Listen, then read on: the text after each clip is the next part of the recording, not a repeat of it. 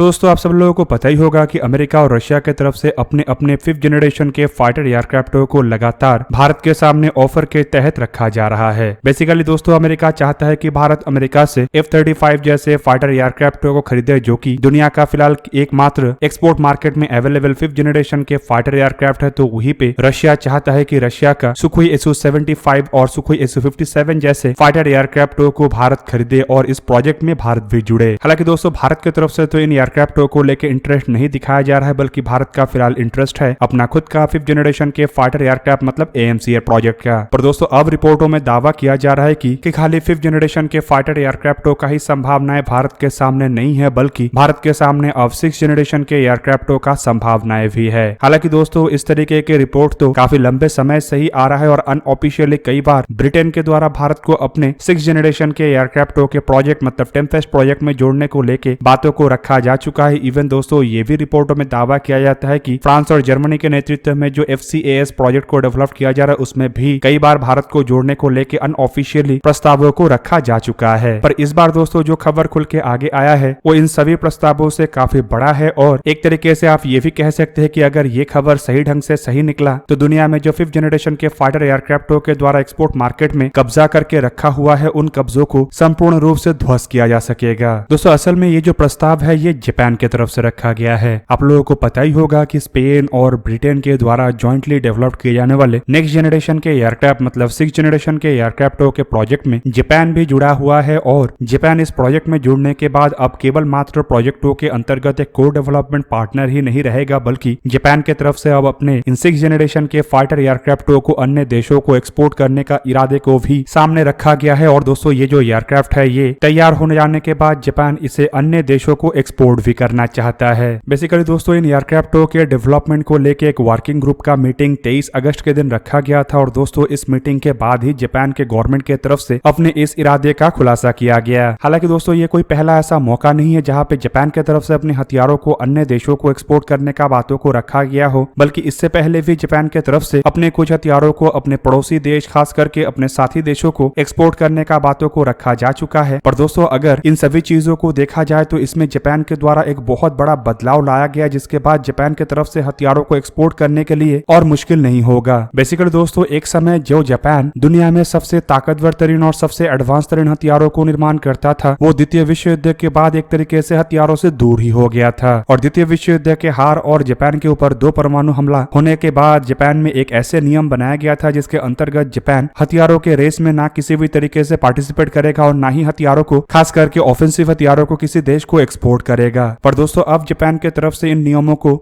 बदल दिया गया और उसके बाद जापान अब द्वितीय विश्व युद्ध के बाद पहली बार अपने हथियारों को एक्सपोर्ट करने को लेकर संपूर्ण रूप से फ्री हो चुका है। और इन नियमों को बदलने के बाद एक तरीके से जापान के द्वारा इशारा देते हुए यह भी बताया गया था कि साउथ चाइना सी के देश और भारत जैसे जापान के साथी देशों को जापान के द्वारा अपने प्रमुख हथियारों को बेचा जाएगा, जिनमें फाइटर एयरक्राफ्ट, टैंक और मिसाइल जैसे हथियार शामिल है। अब दोस्तों यहाँ पे 2 तरीके के सवाल उठता है, जिनमें से सबसे पहला सवाल यह है कि जापान के द्वारा इतने सालों के बाद ऐसा मूव उठाने का जरूरत क्यों पड़ा जहाँ पे जापान अब हथियारों को एक्सपोर्ट करेगा। जबकि दूसरा सवाल यह है कि जापान की तरफ से किसी देश का तो नाम नहीं लिया गया, तो यहाँ पे भारत का संभावनाएं किस तरीके से हो सकता है। तो दोस्तों यहाँ पे आपके जानकारी के लिए बता दूं कि जापान की तरफ से फिलहाल इतने सालों के बाद ऐसे एग्रेसिव कदम इसीलिए उठाया जा रहा है क्योंकि जापान के सामने चाइना एक बहुत बड़ा खतरा बन के उभर के आया है और दोस्तों चाइना के इस खतरे को अगर जापान काउंटर नहीं करता है तो आने वाले समय में जापान का सिचुएशन भी ताइवान के जैसा हो सकता है। फिलहाल दोस्तों अगर देखा जाए तो जापान ताइवान के मुकाबले में मिलिट्री में तो काफी आगे है और जापान के पास अपने खुद के मिलिट्री हार्डवेयर को निर्माण करने का क्षमता भी है, लेकिन जापान के ऐसे जो पुराने नियम है उनके कारण ना जापान अपने इस मिलिट्री और टेक्नोलॉजिकल एबिलिटी का इस्तेमाल कर पा रहा था और ना ही साउथ चाइना सी और ईस्ट चाइना सी जैसे क्षेत्र को चाइना के दबदबे से छुड़ा पा रहा था। हालांकि दोस्तों अगर देखा जाए तो जापान के भी कई सारे क्षेत्र और कई सारे आइलैंड ऐसे हैं जिसके ऊपर चाइना दावा करता है और दोस्तों चाइना जिस तरीके से अपने मिलिट्री को ग्रो कर रहा है उसे अगर अभी से ही रोका नहीं जाता है तो आने वाले समय में जापान के इन आइलैंडों के ऊपर चाइना किसी भी समय मिलिट्री इन्वेजन के तहत कब्जा भी कर सकता है। अब दोस्तों यहाँ पे खाली जापान अगर अपने आप को स्ट्रेंथन करता है तो जापान के लिए काफी नहीं है, क्योंकि चाइना के अगर पॉपुलेशन और चाइना के अगर आर्मी के संख्या को देखा जाए तो ये काफी अधिक है और ऐसे में इतने तेज रफ्तार में जापान कभी भी अपने मिलिट्री को चाइना के जैसा इतना फिलहाल तो बड़ा नहीं कर सकता। ऊपर से दोस्तों खतरा केवल मात्र जापान को ही नहीं है बल्कि इस क्षेत्र में बसे हुए सभी देशों को है। और इसका मतलब ये है कि जापान के साथ साथ इस क्षेत्र के अन्य देशों को भी अपने मिलिट्री को स्ट्रेंथन करने का जरूरत है। और दोस्तों ऐसे में जापान अगर इन देशों का मदद करता है खास करके टेक्नोलॉजी और हथियारों के मामले में, तो एक तरीके से आप कह सकते हैं कि जापान के साथ भी कई सारे देश आ जाएगा जिससे कि चाइना को काउंटर करना और आसान होगा। जबकि वहीं पे दोस्तों भारत को लेके जो बातों को कहा जा रहा है उनमें अगर देखा जाए तो जापान की तरफ से तो पहले ही अपने अनाउंसमेंट में भारत का नाम का जिक्र किया जा चुका है, जिससे कि एक तरीके से ये साफ हो गया है कि जापान भारत को अपने द्वारा बनाए हुए हथियारों को एक्सपोर्ट करने के लिए इंटरेस्टेड है। और दोस्तों अब जब एक नए हथियारों का जिक्र हुआ है तो ऑब्वियसली उसमें भारत को जोड़ के देखा जाएगा। और दूसरी तरफ दोस्तों अगर देखा जाए तो जापान जिन देशों के साथ अपने हथियारों के डील को चाहता है उनमें भारत ही एक ऐसा देश है जो जापान से बड़े मात्रा में और महंगे तरीन हथियारों को परचेस करने का क्षमता रखता है। और दोस्तों चाइना को काउंटर करने के लिए जापान को अगर कोई एक देश सबसे बढ़ चढ़ के मदद कर सकता है तो वो है भारत। अब दूसरी तरफ दोस्तों ऑलरेडी भारत जापान के साथ क्वाड जैसे संस्था में पार्टनर है। और आप लोगों की जानकारी के लिए ये भी बता दूं कि अब तक जापान के द्वारा भारत के सामने अपने कुछ स्पेशल हथियारों का ऑफर भी रखा जा चुका है, जिनमें एक तो था US-2 एम्फीबियस एयरक्राफ्ट, जबकि अब जापान के तरफ से जहाजों में लगने वाले जो स्टेल्थ रडार के टेक्नोलॉजी है उसके भी ऑफर भारत के सामने रखा गया है। ऊपर से दोस्तों अगर जापान इन एयरक्राफ्टों को बेचना चाहता है तो कोई ऐसे देश ही इन एयरक्राफ्टों को खरीद सकता है जो कि एयरक्राफ्टों को खरीदने को लेके क्षमता रखे, मतलब आर्थिक रूप में समर्थ हो। और भारत फिलहाल आर्थिक रूप में एक ऐसे समर्थ देश है जो कि महंगे से महंगे तरीन हथियारों को भी खरीद सकता है। पर दोस्तों यहाँ पे बात यह है कि फिलहाल भारत हथियारों को खरीदने के नीति के तहत आगे नहीं बढ़ना चाहता है, बल्कि हथियारों को निर्माण करना मतलब मेक इन इंडिया इनिशिएटिव भी भारत का सबसे पहला नीति है। पर वहीं पे दोस्तों अगर भारत भविष्य में कभी भी 6th जनरेशन के एयरक्राफ्टों को खरीदने का कोई नया इरादा बनाता है तो इस इरादे में सबसे पहले जापान और जापान के कोलैबोरेशन में बनाए जाने वाले इन एयरक्राफ्टों को कंसीडर किया जाए, इसके लिए ऑप्शन तो पहले से ही अवश्य रखा जाएगा। जबकि दूसरी तरफ दोस्तों अगर देखा जाए तो इस प्रोजेक्ट में मतलब ये जो टेम्पेस्ट प्रोजेक्ट है इसमें जापान के जुड़ने से पहले ब्रिटेन के द्वारा भारत को कई बार अप्रोच किया जा चुका है। इवन दोस्तों जब प्रोजेक्ट पूरा इनिशियल स्टेज में था, मतलब साल 2018 के आसपास, जब भारत रशिया के साथ ज्वाइंट वेंचर में बनाए जाने वाले FGFA प्रोजेक्ट से अपने आप को विड्रॉल किया था, तब ब्रिटेन की तरफ से भी भारत को टेम्पेस्ट प्रोजेक्ट में जुड़ने को लेकर अप्रोच किया गया था। इवन ब्रिटेन के द्वारा तो कई बार अनऑफिशियली भारत को इस प्रोजेक्ट में जुड़ने को लेकर ऑफर किया जा चुका है। हालांकि ना तब भारत की तरफ से ऐसे प्रोजेक्ट में जुड़ने को लेकर कोई इंटरेस्ट दिखाया गया और ना ही भारत अब ऐसे प्रोजेक्ट में जुड़ने को लेकर कोई इंटरेस्ट दिखा रहा है। हालांकि दोस्तों AMCA एयरक्राफ्ट को जिस तरीके से भारत के द्वारा डेवलप किया जा रहा है उसे देखते हुए तो यही लग रहा है कि भारत को आने वाले समय में 6th जनरेशन के एयरक्राफ्टों के लिए किसी देश के ऊपर निर्भर होना नहीं पड़ेगा। और ये जो AMCA Mark II एयरक्राफ्ट है ये अपने आप में ही 6th जनरेशन के कई सारे टेक्नोलॉजीज के साथ बनेगा जो कि भारत के 6th जनरेशन के एयरक्राफ्टों के रिक्वायरमेंट को एक तरीके से पूरा कर सकेगा। पर वहीं पे दोस्तों आप लोगों के जानकारी के लिए ये भी बता दूं कि जापान की तरफ से एयरक्राफ्टों को एक्सपोर्ट करने का बात कहा गया है, जो कि इनडायरेक्टली ये भी साबित करता है कि भारत तो इस प्रोजेक्ट में कभी नहीं जुड़ेगा, क्योंकि भारत अब हथियारों के इंपोर्ट करने के इरादे के तहत किसी भी तरीके से काम नहीं कर रहा है, बल्कि भारत अगर किसी प्रोजेक्ट में जुड़ता भी है तो वहीं पे मेक इन इंडिया इनिशिएटिव को भी रखा जाएगा। जबकि बाकी बचा ब्रिटेन का ऑफर, तो उस दरमियान ही ये साफ हो गया था कि ब्रिटेन असल में एक ऐसा पार्टनर चाहता है जो कि प्रोजेक्ट में बड़े मात्रा में इन्वेस्ट कर सके, और भारत एक ऐसा देश है जो कि बड़े मात्रा में एयरक्राफ्टों को खरीदता है। तो इसीलिए ब्रिटेन को लगा था कि भारत को प्रोजेक्ट में जोड़ने से ब्रिटेन को इन्वेस्टमेंट मिलेगा और एयरक्राफ्टों को डेवलप करने के लिए ब्रिटेन को आसानी होगा। दोस्तों आप लोगों को क्या लगता है कि भारत का रुतबा अब कितना बढ़ गया है कि दुनिया अब 5th जनरेशन के फाइटर एयरक्राफ्टों से आगे बढ़ के भारत को 6th जनरेशन के एयरक्राफ्टों में भी जोड़ना चाहता है? कमेंट करके अपनी राय अवश्य दीजिए। दोस्तों आज की इस वीडियो को यही पे ही करते समाप्त, किसी और एक दिन किसी और एक वीडियो में मिलेंगे, तब तक के लिए जय हिंद, वंदे मातरम।